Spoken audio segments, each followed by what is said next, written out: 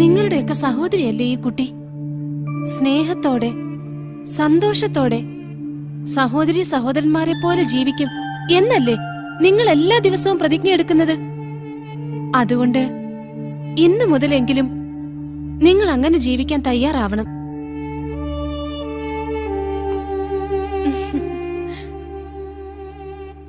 ഇനി ഞാൻ പറയുന്നത് എല്ലാവരും ശ്രദ്ധിച്ചു കേൾക്കണം. എയ്ഡ്സ് രോഗിയുടെ മക്കളായി ജനിച്ചവർക്കെല്ലാം ആ രോഗം ഉണ്ടാവണമെന്നില്ല. ഉദാഹരണത്തിന് ശാലിനിയുടെ കാര്യം തന്നെ മതിയല്ലോ. ആ കുട്ടിക്ക് അസുഖം പിടിച്ചിട്ടില്ല എന്ന് മെഡിക്കൽ ബോർഡ് പറഞ്ഞില്ലേ?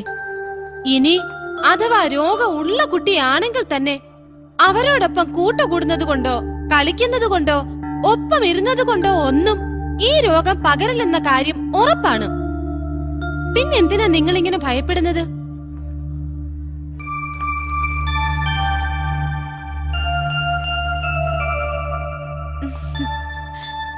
ഇപ്പൊ എല്ലാവരുടെ സംശയം തീർന്നില്ലേ?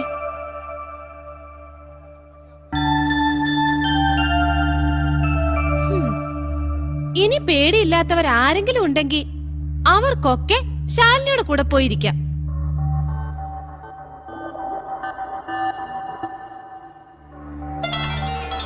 ഞാനിരിക്കാം ടീച്ചറെ.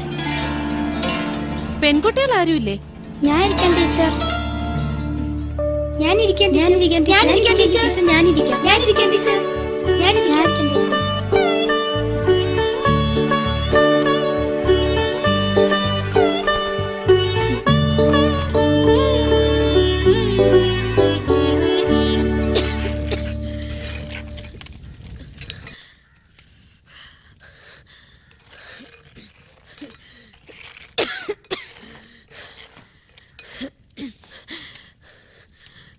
ജോലി വല്ലതും തരപ്പെട്ടോ?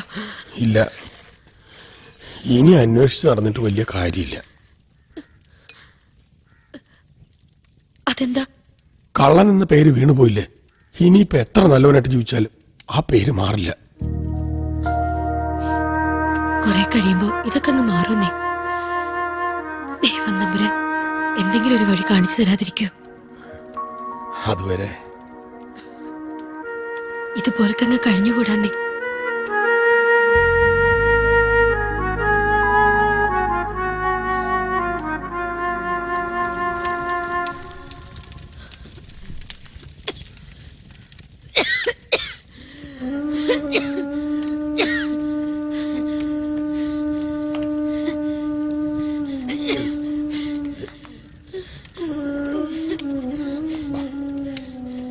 കുറച്ചു നേരം കിടക്ക്, അപ്പൊ എല്ലാം മാറും. പതുക്കെ പതുക്കെ പതുക്കെ.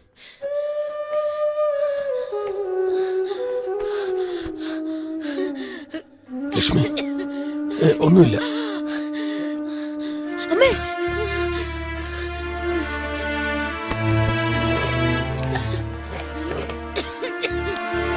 ഇത് വലിക്കമ്മേ.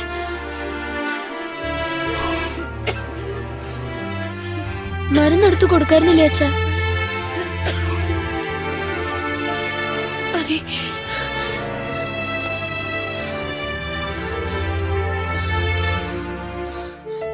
അയ്യോ, കപ്പലിന്റെ അടുപ്പത്താ. വേണ്ടമ്മേ, ഞാൻ വാങ്ങി വെച്ചോളൂ. വേണ്ട മക്കളെ, അച്ഛൻ റെഡിയാക്കാം. നീ അമ്മ നോക്കൂ.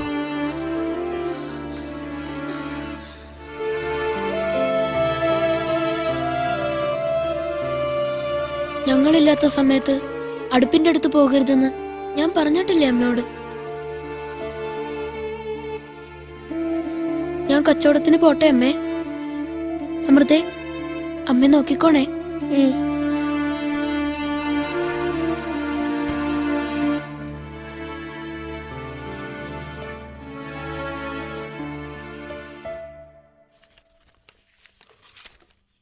മോനെ, ഞാൻ കൂടെ വരട്ടെ നിന്റെ കൂടെ കച്ചവടത്തിന്? വേണ്ട, അച്ഛൻ ഈ പണി ശരിയാവില്ല. ശരിയാകും മോനെ. എന്തായാലും ഇന്ന് വേണ്ട അച്ഛ. ഞാൻ പോയിട്ട് വരട്ടെ അച്ഛാ.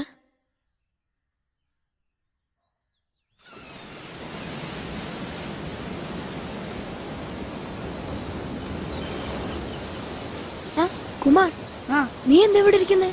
കച്ചവടത്തിന് വരുന്നില്ലേ? ഇല്ല, ഞാൻ ഒരാളെ കാത്തിരിക്ക. നീ പൊക്കോ.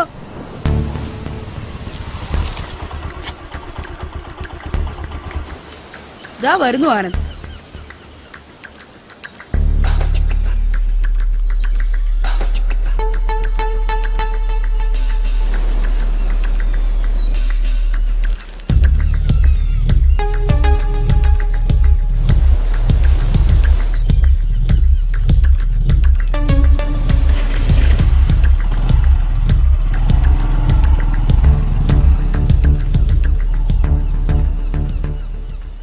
ഞാൻ വിചാരിച്ചു നീ പോയി കാണുമെന്ന്. ആരാ ബൈക്ക് വന്നത്? അതെന്റെ പരിചയക്കാരനാ. നീ എന്തോ കൊടുക്കുന്നുണ്ടല്ലോ, എന്താ അത്? അതൊരു സാധനമാ. പേരൊന്നും എനിക്കറിയില്ല, അതൊക്കെ സാറിനെ അറിയൂ. സാറ് പറയുന്നിടത്തൊക്കെ ഞാൻ സാധനം എത്തിച്ചു കൊടുക്കും. ദിവസം 500 രൂപ സാറ് തരും. ദിവസം 500 രൂപയോ? അതെ, അതുകൊണ്ടല്ലേ ഞാനിങ്ങനെ അടിച്ചു പൊളിച്ച് നടക്കുന്നത്. ഈ കപ്പലണ്ടി കച്ചവടം കൊണ്ട് നടന്നിട്ട് എന്ത് കിട്ടാനാ? എന്താ നീയും കൂടുന്നോ? സാറിനെ പരിചയപ്പെടുത്തി തരാം, നല്ല മനുഷ്യനാ. സാറിനെ കണ്ടു പറഞ്ഞ എന്നെയും കൂടെ കൂട്ടൂ? പിന്നെന്താ, നമ്മളെ പോലുള്ള ഒരുപാട് പേർക്ക് സാർ ജോലി കൊടുത്തിട്ടുണ്ട്. നിനക്ക് രക്ഷപ്പെടണമെങ്കിൽ സാറിനെ കണ്ടാ മതി. എന്താ കാണണോ? കാണണം. എന്നാ വാ. ആ, വില അല്പം കുറവാണ്. ആ, എന്നാലും സാരമില്ല. Okay sir. ആ, കുമാറോ? ഇതാരാ, കൂട്ടുകാരനാ? അതെ സാർ, ഇവരും നമ്മുടെ കൂടെ കൂടണമെന്നുണ്ട്. നമസ്കാരം. ഇവൻ ആളെങ്ങനെ? പാവാ സാർ. വിശ്വസിച്ച് ഏൽപ്പിക്കുന്ന ജോലി കൃത്യമായിട്ട് ചെയ്യോ? ചെയ്യും സാർ. അല്ല, അതവൻ പറയട്ടെ. ചെയ്യാം സാർ. ആ, കുമാർ പറഞ്ഞുകൊണ്ട് നിനക്ക് ഞാൻ ജോലി തരാം. വളരെ സൂക്ഷിച്ച് ചെയ്യേണ്ട ജോലിയാണ്, അറിയാമല്ലോ. കുമാറെല്ലാം പറഞ്ഞിട്ടില്ലേ? എന്തു പറയുന്നു? ജോലി ചെയ്യാൻ തയ്യാറാണോ? എന്റെ അച്ഛനും ജോലിയൊന്നും ഇല്ലാതിരിക്കുക. അച്ഛനെയും കൂട്ടി ഞാൻ നാളെ വരാം. ഓക്കെ, എന്നാ നിങ്ങൾ ചെല്ല്. ശരി.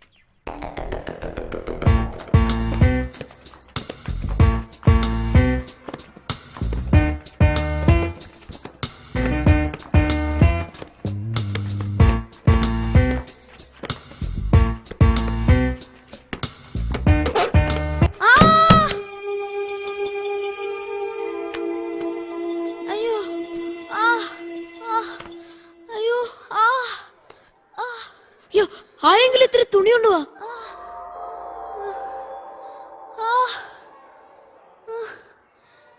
അയ്യോ, അവനത് വേണം.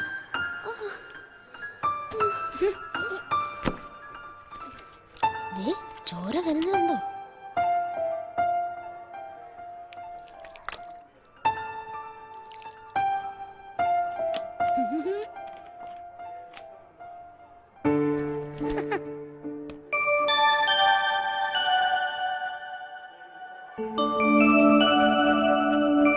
എനിക്ക്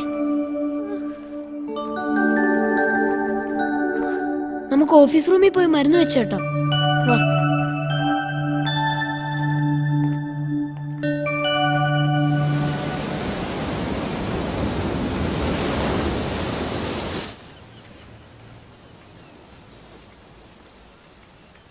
ദാ സാറിന്റെ വണ്ടി.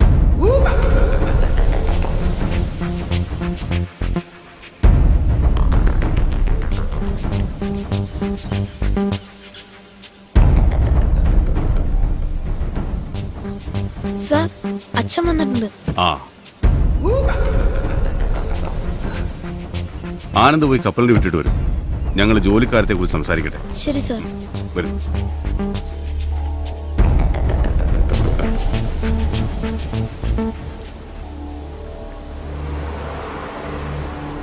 ആനന്ദിന്റെ അച്ഛൻ പേര് നാരായണൻ അല്ലേ?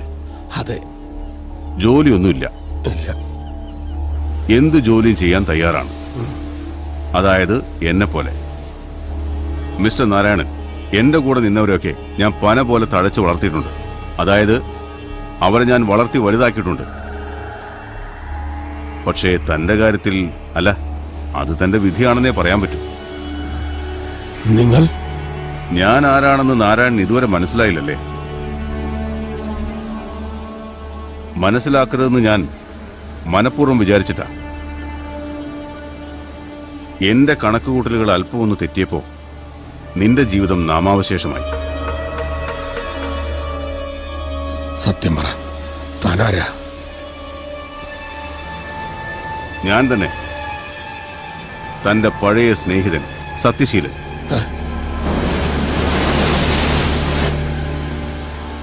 പരമദ്രോഹി, നിന്നെ ഞാൻ ഒന്നും ചെയ്യില്ല. ഇണങ്ങി നിന്നാൽ നിനക്ക് ഇപ്പോഴും ലക്ഷാധിപതിയാകാം.